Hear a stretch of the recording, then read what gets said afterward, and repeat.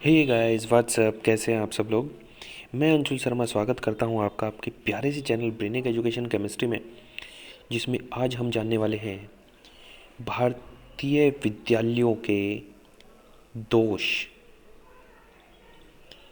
भारतीय विद्यालयों के दोष के बारे में हम यहाँ पे जानने वाले हैं। क्या क्या गलत बातें हैं जो भारतीय विद्यालयों में हो रही हैं।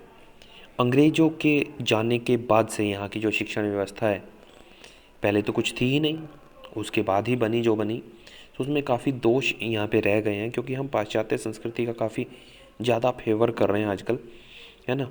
और उसी के कारणवश यहाँ पे इंग्लिश को प्रधानता दी जाने की वजह से नॉलेज कहीं गायब हो गई है। सिर्फ एक भाषा को नॉलेज समझा जा रहा है एक तरीके से देखा जाए तो। और पाठ्यक्रम, शिक्षण विधि, एक ट्रेंड जो टीचर्स हैं, इन सब चीज़ों का यहाँ पे अभाव है। सो उन्हीं पे चर्चा हम करेंगे। बस चर्चा ही हम करेंगे, आपको लिखना है और लिख के पास हो जाना है। बाकी इस पे जो कार्य है वो नहीं होगा, है ना। हम ये भी नहीं कह सकते कि हाँ नहीं होगा, लेकिन ज़्यादातर ऐसा ही होता है कि हाँ भाई बस पढ़ लो और पेपर में लिख दो और उसको भूल जाओ, क्योंकि यहाँ पे एक शिक्षा का ये दोष भी है एक तरीके से हम कह सकते हैं। ठीक है। सो यहाँ पे बहुत अच्छे हैं H.G. वेल्स के जो शब्द हैं वो सच्चाई उजागर करते हैं। वो कहते हैं कि यदि यदि आप इस बात का अनुभव करना चाहते हैं कि पीढ़ियाँ किस प्रकार पहाड़ी नदियों के वेग, पहाड़ी नदियों का मतलब यहाँ पे है कि पहाड़ से जब नदी समतल की तरफ बहती है तो उसको बहुत ज़्यादा, उसका जो वेग है वो बहुत तीव्र होता है, क्योंकि ढलान पे आपको समझ ही रहे हैं पहाड़ की ऊंचाई कितनी होती है और नदी नीचे आ रही है ना, नीचे की तरफ ही बहेगी ना ड्यू टू ग्रेविटी। सो उसका वेग जो बहुत तीव्र होगा, कहने का मतलब ये है कि बहुत तीव्र वेग से विनाश की ओर जा रही हैं पीढ़ियाँ। बहुत तीव्र वेग से कैसे विनाश की ओर जा रही हैं, अगर ये देखना है तो आप किसी गैर सरकारी स्कूल को ध्यान से देखिए, है ना। आपको पता ही लग गया होगा गैर सरकारी स्कूल का मतलब उन्होंने क्यों कहा, क्या रीज़न है उसका, है ना। मैं यहाँ पे नहीं कुछ कहना चाहूँगा, आप खुद से समझदार हैं। वेल्स का कथन वर्तमान में ब्रिटिश स्कूलों पर तो लागू नहीं होता, क्योंकि उन्होंने अपनी व्यवस्था को संभाल लिया है ना। वो लोग कार्य करते हैं, है ना, दूसरे को बहकाते हैं, खुद कार्य करते हैं, इस टाइप से।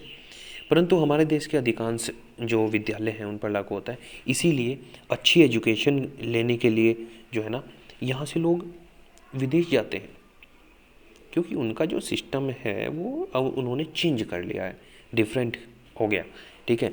अधिगम पे बहुत ज़्यादा ध्यान दिया जा रहा है, बाकी के फालतू चीज़ों के अलावा। ठीक है ना।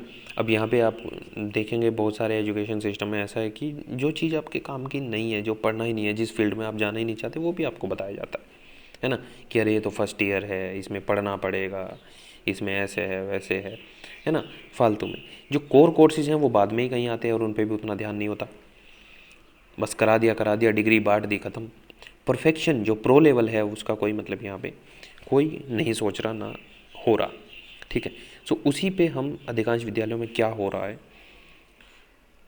उन पॉइंट्स पे यहाँ पे चर्चा करेंगे। लो विस्तृत उत्तरीय प्रश्न है, उसके बहुत शॉर्ट में यहाँ पे पॉइंट मैंने बताए हैं। इन पॉइंट्स में आपको जो ये पॉइंट्स हैं, इन सब पॉइंट्स में आपको लिखना है, तब ये विस्तृत उत्तरीय बनेगा, अदरवाइज़ तो ये लघु उत्तरीय प्रश्न बन के रह जाएगा। ठीक है। तो ऐसा नहीं करना, जो मैं बोलूँगा वो भी आपको लिखना है समझ के, है ना। तो यहाँ पे समझना जो है वो ज़रूरी है। उत्तर कैसे लिखना है ये भी मैंने एक वीडियो में बता रखा है कि अच्छा उत्तर कैसे लिखें। 5 पॉइंट्स वहाँ पे आपको मिलेंगे, है ना, कि कैसे संतुलन बनाना है, परिधि को कैसे देखना है, प्रामाणिकता का क्या रोल है, भाषा का क्या रोल है, और जो है एस्थेटिक लुक कैसे दिया जाए। सो इन सब चीज़ों पे एक वीडियो है, उसको आप देखें कि अच्छा उत्तर कैसे लिखें, उसकी प्रैक्टिस करें, उस चीज़ को माइंड में रखें और एक अच्छे उत्तर की ओर बढ़ जाएं। क्योंकि हमारा जो मेन काम है वो तो आपको पता ही है, मार्क्स लेना है। और मार्क्स कैसे आएंगे, एक अच्छे उत्तर से आएंगे, क्योंकि आप खुद तो जाके एग्जामिनर के सामने नहीं खड़े होंगे कि वो आपको देख ले कि हाँ ये तो बहुत ज्ञानी पुरुष है, इसके पीछे बल्ब जल रहा है, रोशनी हो रखी है ना। वहाँ पे जो भी आपका ज्ञान है, जो भी आपकी नॉलेज है, वो सब आपकी आंसर शीट पर है है ना। सो आंसर शीट जितनी अच्छी होगी और मार्क्स उतने अच्छे आएंगे। Clear guys. सो आते हैं अपने इसी पॉइंट पे और फर्स्ट पॉइंट से देखते हैं यहाँ पे कि क्या मतलब है अमनोवैज्ञानिक और कठोर पाठ्यक्रम यहाँ पे। ठीक है, अनसाइकोलॉजिकल और रिजिड करिकुलम जो यहाँ पे है वो हमारे विद्यालयों में चल रहा है। तो यहाँ पे एक स्थायी कठोर और कोई मनोवैज्ञानिकता से लेना देना नहीं है। वो कह रहे हैं कि बहुत सारे ऐसे सब्जेक्ट हैं जो फिजूल के फालतू के यहाँ पे बना दिए जाते हैं। तो यहाँ पे हम ये कह सकते हैं कि यह पाठ्यक्रम शिक्षा विभाग के अधिकारियों द्वारा एसी वाले कमरों में बैठकर विद्यार्थियों के बौद्धिक, व्यक्तिक, व्यवहारिक, सामाजिक, है ना, इन सारी चीज़ों को ध्यान में न रखते हुए निर्धारित किया जाता है। ठीक है दोस्तों, अभी एक सीबीएसई ने 30% रिडक्शन का आया था, तो वो भी ऐसे ही वहाँ पे गड़बड़ थी, बहुत सारी चीज़ें हमें पढ़ानी पड़ी। अगर हम सीबीएसई को देखें, है ना, फिजिक्स का है, केमिस्ट्री का है, 30% डिडक्शन हुआ था 2020 के सिलेबस में। सो वो भी ऐसे ही हुआ था कि अरे रामू इधर आ जरा, बता बेटा क्या क्या नहीं पढ़ा। सर हमने तो ये नहीं पढ़ा। अच्छा बेटा महेश काट दो। सर ये भी नहीं पढ़ा, काट दो, है ना। सो इस टाइप से वहाँ पे कुछ बना दिया गया। तो कहने का मतलब ये है कि जो है मार्केट एनालिसिस जीरो हो। नेक्स्ट है परंपरागत शिक्षण विधियाँ, है ना, रूढ़िवादी चल रहा है सिस्टम। तो ट्रेडिशनल टीचिंग मेथड यहाँ पे जो है चल रहा है, जबकि शिक्षण विधियों में लगातार बदलाव किया जाता रहना चाहिए, नई नई टेक्नोलॉजी आती रहनी चाहिए। शिक्षण विधियाँ नई और प्रभावशाली जो कि बहुत सारी खोजी जा चुकी हैं, उनमें से आप जो है अपनी शिक्षण विधियों में बदलाव करते रहना चाहिए। तो यहाँ पे टीचर की ट्रेनिंग भी एक बहुत ज़रूरी विकल्प है कि जो अपनाया जाना चाहिए कि चाहे वो सरकारी स्कूल हो चाहे वो गैर सरकारी स्कूल हो, तो वहाँ पे एक प्रॉपर टीचर ट्रेनिंग जो है वो अवेलेबल होनी चाहिए और वो समय समय पर होती रहनी चाहिए। नेक्स्ट है प्रशिक्षित एवं योग्य शिक्षकों का अभाव, है ना, lack of trained and learn teacher. So प्रशिक्षित और योग्य शिक्षक वहाँ पे मिल नहीं रहे हैं। ऐसे ही सब कि हाँ भैया कम सैलरी कौन लेगा। अगर मैं बात करूँ प्राइवेट स्कूलों की, तो वहाँ पे ये है कि कम सैलरी कौन लेगा। तो जो वहीं पे आसपास की स्थानीय जो लड़कियाँ हैं, गर्ल्स हैं, उनको वो टीचिंग के लिए रख लेते हैं कि हाँ ये 2000, 3000, 4000, 5000। ऐसा नहीं है, अच्छी सैलरी भी प्रोवाइड करते हैं स्कूल, लेकिन ज़्यादातर जो स्कूल हैं वो आपको 10,000 के अंदर के टीचर आपको वहाँ पे देखने को मिल जाएंगे। चाहे देख लेना आप अपने एरिया में घूम के, ठीक है। और वो जो टीचर होते हैं वो ऐसे ही होते हैं कि खाली पढ़े क्या कर रहे हैं, चलो पढ़ा लो।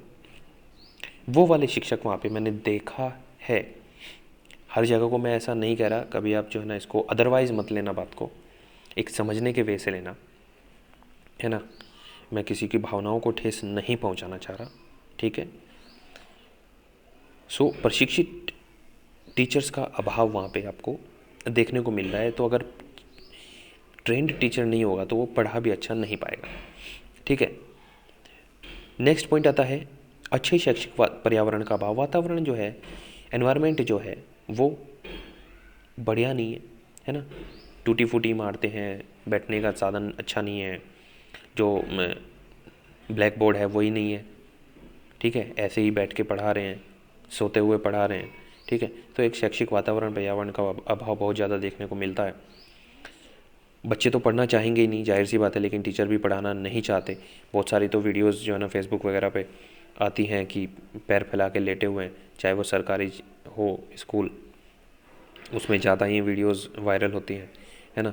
तो ऐसी जगह पे शैक्षिक वातावरण नहीं होगा तो बच्चे कैसे पढ़ेंगे, और बच्चे नहीं पढ़ेंगे तो ये विद्यालय का एक दोष है। अच्छे नागरिक को नहीं बन पाएंगे, उनको समझ उनकी विकसित नहीं हो पाएगी, और फिर बाद में हो गया कुछ भी करने लायक बचेंगे नहीं। व्यक्तिगत विभिन्नताओं की अवहेलना, है ना। सो नेग्लिजेंस ऑफ इंडिविजुअल डिफरेंस। तो मनोविज्ञान यहाँ पे जो है ना बहुत ज़्यादा यूज़ होना चाहिए कि यहाँ पे व्यक्तियों में, उनकी रुचियों में, उनके रुझानों में, उनकी प्रवृत्तियों में, उनकी अभिवृत्तियों में हर किसी के में डिफरेंस देखने को मिलता है। तो उस डिफरेंस के अकॉर्डिंग उनकी जो शिक्षा प्रणाली है, उनके जो सेक्शन है वो डिवाइड होने चाहिए, और वैसी ही शिक्षा उनको दी जानी चाहिए। तब अधिगम और जल्दी और तेज़ी से होगा और अच्छा रहेगा, ठीक है गाइज। नेक्स्ट है रचनात्मक क्रियाओं का अभाव। So lack of constructive activity या क्रिएटिव एक्टिविटी। यहाँ पे नहीं हो पा रही हैं और जा रहे हैं बस ऐसे ही। एक बोरिंग सा वहाँ पे सिस्टम बन गया है कि जाना है, बैठना है, टाइम पूरा करना है, घर आ जाना है, जाना है, टाइम पूरा करना है, घर आ जाना है। सो रचनात्मक क्रियाओं का अभाव जब तक रहेगा, लर्निंग बाय डूइंग के अवसर वहाँ पे, लर्निंग बाय एक्सपीरियंस के अवसर वहाँ पे नहीं दिए जाएंगे, तो बच्चों का जो अधिगम है वो सुस्त और कमज़ोर पड़ जाएगा। सो बच्चा ज़्यादा सीख नहीं पाएगा और वो डाउन डाउन डाउन डाउन जाता चला जाएगा और पढ़ाई से बचने लगेगा, टाइम पूरा करने लगेगा और ऐसा ही रह जाएगा। तो आपने ज़्यादातर आप देखना, एनालाइज करना अपने आस परिवेश में, आपको इस तरह की चीज़ें बहुत देखने को मिलेंगी। ठीक है दोस्तों, सो ये जो गलत हैं, ये जो दोष हैं, जो गलतियां हैं, इनको हमें ख़त्म करना है और इनसे कुछ सीख लेके एक अच्छा माहौल क्रिएट करना है जहाँ पे बच्चे सीखें, फालतू के आडंबर ना हो, है ना, दिखावटीपन ना हो। इंग्लिश आ गई बच्चे को बोलनी, उसके पास नॉलेज नहीं है। इंग्लिश एक माध्यम है, लेकिन मैं देख रहा हूँ कि इंग्लिश को एज ए नॉलेज जो है वो काउंट किया जा रहा है, जो कि बहुत गलत है। ठीक है दोस्तों, तो सिर्फ इंग्लिश पर ही फोकस रहता है कि इंग्लिश बोलो, इंग्लिश बोलो, इंग्लिश बोलो। इंग्लिश एक सूचना प्रसारण का माध्यम है ओनली, अपने भावों को व्यक्त करने की एक विधि है। जैसे हिंदी में हम व्यक्त करते हैं, ऐसे इंग्लिश में करेंगे। अब हमें पता कुछ है नहीं, कोई सिद्धांत हमें नहीं पता, इंग्लिश हमें आती है, तो हम क्या बता देंगे, है ना, रहेंगे तो हम अनपढ़ के अनपढ़ ही। ठीक है दोस्तों, सो आज की वीडियो को यहीं पे विद्यालय के दोष के साथ फिनिश करते हैं। बहुत गंदी सी वीडियो है ना, कि भैया दोष ही दोष बताए जा रहे हैं, इसमें कुछ अच्छी बातें तो हुई नहीं, सारी गंदी गंदी बातें हैं। लेकिन गंदी बातों को भी पॉजिटिव लेना सीखें और उन बातों से, उस क्रिटिसिज्म से, लाइफ में आपके साथ भी होता होगा ये क्रिटिसिज्म, जब क्रिटिसाइज़ करते हैं लोग आपको, आपकी गलतियाँ निकालते हैं, आपके बारे में भला बुरा कहते हैं, तो उससे आपको सीख लेनी चाहिए कि हाँ, मैं इसमें अपने आप में क्या सुधार कर सकता हूँ ताकि इनको कहने का मौका न मिले। तो ऐसे ही विद्यालय के दोष में भी हमें सुधार करना है और इन सब चीज़ों को छोड़ते हुए आगे बढ़ना है और बच्चों की शिक्षा पर विशेष ध्यान देना है कि कैसे हम उनको सिखा सकते हैं। ठीक है, उनमें भाई व्यक्तिगत विभिन्नताएं भी होती हैं, तो उनको कैसे लेके चलना है। ऐसा ही नहीं है कि अच्छे बच्चों को तो सब पढ़ा लेते हैं, क्वालिटी ये है कि आप एक एवरेज बच्चे का सिलेक्शन करा दें, है ना, कहीं पे भी, या अच्छे मार्क्स लेके आए वो बच्चे, ये क्वालिटी है, ये क्वालिटी डेवलप करनी है। क्लियर गाइस, टिल देन पढ़ते रहें, आगे बढ़ते रहें, मज़े करते रहें, हंसते रहें, मुस्कुराते रहें, 100% मार्क्स लाते रहें। All the best.